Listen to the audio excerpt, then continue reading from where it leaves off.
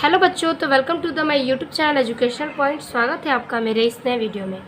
आज मैं लेके आई हूँ हिंदी व्याकरण से क्लास 12 का बहुत ही इम्पॉर्टेंट टॉपिक, जो आपके एग्ज़ाम में पूछे गए प्रश्न हैं और पूछे जाने वाले प्रश्न हैं, जो कि है आपका बहुविकल्पीय प्रश्न। यानी कि आपको दो शब्द दिए जाएंगे और उसके आपको शब्द का चयन करना होगा, यानी कि शब्द चुनना होगा उसके मिलते जुलते, यानी कि निम्नलिखित शब्द युग्मों को सही विकल्प का चयन कीजिए। तो कुछ इम्पॉर्टेंट सेंटेंस है, वाक्य हैं, जो मैं छाट के इस वीडियो में लेके आई हूँ। आपको कुल 13 प्रश्न मैं लेके इस वीडियो में आई हूँ, तो आज आपको उसके टिक मेरे साथ लगाने हैं। तो आई होप आपको वीडियो पसंद आएगी। तो चलिए हम वीडियो को स्टार्ट करते हैं। तो पहला हमारा सेंटेंस दिया है श्रवण और श्रमण। तो इसमें से हमारा मिलता जुलता शब्द क्या होने वाला है? तो श्रवण और श्रमण का अर्थ होगा, देखिए ऑप्शन दे रहा है पाप और पुण्य, ऑप्शन बी है यानी ख सज्जन और दुर्जन, ग है कान और भिक्षु, और घ है सावन और अवधि। तो देखिए श्रवण का मतलब होता है कान और श्रमण का मतलब होता है भिक्षु। तो अगर आपको इसके अर्थ पता रहेंगे तो आप चयन कर सकते हैं। पाप और पुण्य एकदम नहीं होगा, सज्जन दुर्जन नहीं होगा, और सावन अवधि भी नहीं होगा। तो हमारा राइट आंसर होता है ग। तो ग हमारा राइट आंसर है। अब हम देखेंगे अपना दूसरा प्रश्न। इसी प्रकार से आपके प्रश्न पूछे जाते हैं। तो देखिए दूसरा प्रश्न कह रहा है वसन और व्यसन, यानी वसन और व्यसन हमारा मिलता जुलता इसमें से वर्ड क्या है? तो क है विवश और व्याकुल, ख है वस्त्र और आदत, ग है कवच और भोजन, और घ है विस्तार और अवधि। तो इसका हम राइट आंसर लगा देंगे वसन, यानी कि वस्त्र, और व्यसन का मतलब होता है आदत। तो हमारा राइट आंसर हो जाएगा ख। ठीक है। अब हम देखेंगे अपना तीसरा प्रश्न। तो तीसरा प्रश्न कह रहा है कि अविराम और अभिराम। तो अभिराम का हम क्या लिखेंगे? तो ऑप्शन क है लगातार और रुचिकर, ख है ऑप्शन हमारा बिना रोक के और सुंदर, ग ऑप्शन है अनवरत और आकर्षण, और घ आंसर है सुंदर और आकर्षण। तो अविराम का हो जाएगा बिना रोके और अभिराम का हो जाएगा सुंदर। तो हमारा राइट आंसर हो जाएगा ख, बिना रोक के और सुंदर। अब हमारा ग प्रश्न है कि चौथा हमारा प्रश्न हो जाता है अंश और अंशु। अंश अंशु, ठीक है। तो देखिए भाग और सूर्य, ख ऑप्शन है सूर्य और भाग, ग ऑप्शन है भाग्य और किरण, और घ ऑप्शन है भाग और वरुण। तो हमारा राइट आंसर क्या होगा? तो सारे में भाग दिया है, बस इसमें नहीं दिया है, तो ये हमारा गलत आंसर हो जाएगा। अंश का मतलब सूर्य नहीं होता है, भाग होता है। अब हम मिलाएंगे अंशु। तो अंशु एक क्या है? तो अंशु हम किरण को भी कहते हैं, इसलिए हमारा राइट आंसर होगा भाग और किरण, यानी ग ऑप्शन। अब हमारा पांचवा प्रश्न है कि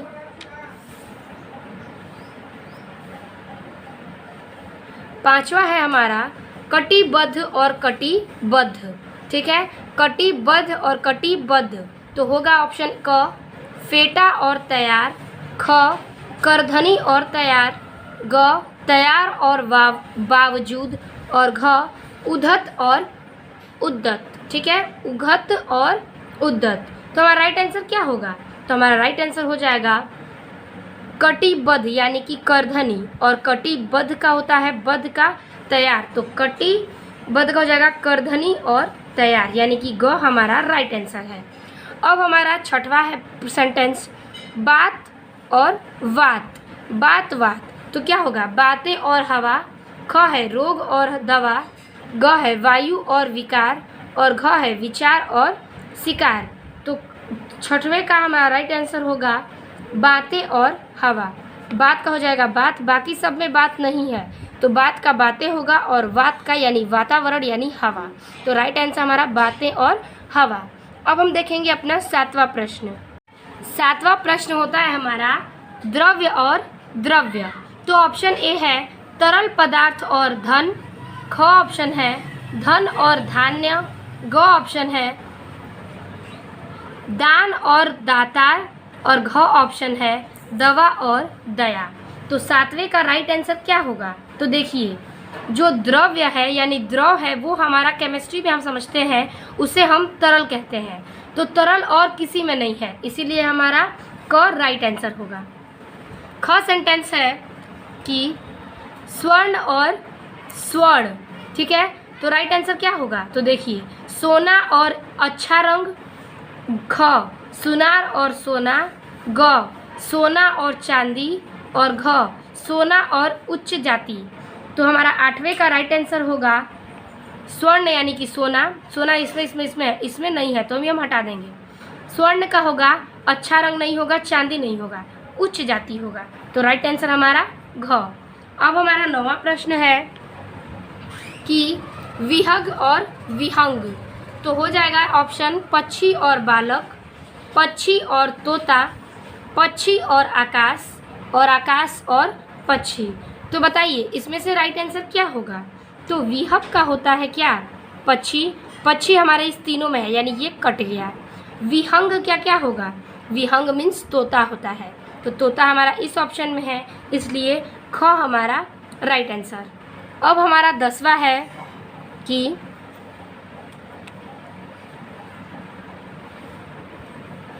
अंश और अंश। इसमें ये स है, इसमें ये स है। इस अंश का मतलब होता है कंधा। तो देखिए ऑप्शन ए है, क है अंकुर और हिस्सा, हिस्सा और अंकुर, कंधा और हिस्सा, हिस्सा और कंधा। तो देखिए अंश का मतलब हिस्सा होगा और अंश का ये अंश का मतलब होता है कंधा। तो ग हमारा राइट आंसर होगा।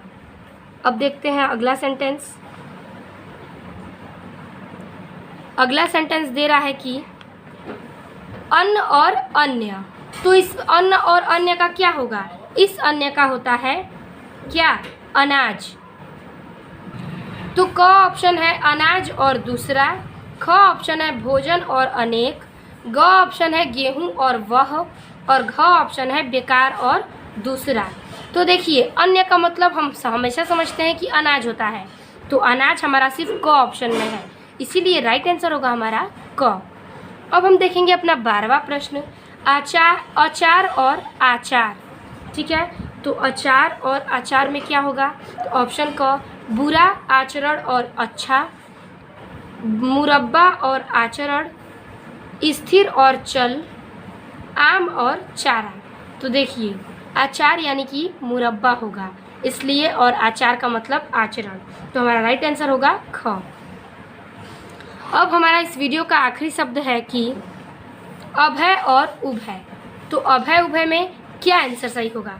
तो ऑप्शन ए क है निडर और दोनों, ख है भयरहित और निडर, निर्भय और कायर, आभायुक्त और अन्य। तो अभय का होता है क्या? निडर, और उभय का होता है दोनों। तो निडर और दोनों हमारा क राइट आंसर है। तो इसी प्रकार से हमारा ये भी वीडियो समाप्त होता है। और हिंदी व्याकरण के बहुत ही इम्पॉर्टेंट टॉपिक थे ये, जो मैंने आपको इस वीडियो में बता दिए हैं। तो आई होप आपको वीडियो अच्छी लगी होगी, समझ में आ गया होगा। तो हिंदी व्याकरण के इस टॉपिक को आप नोट करना ना भूलें।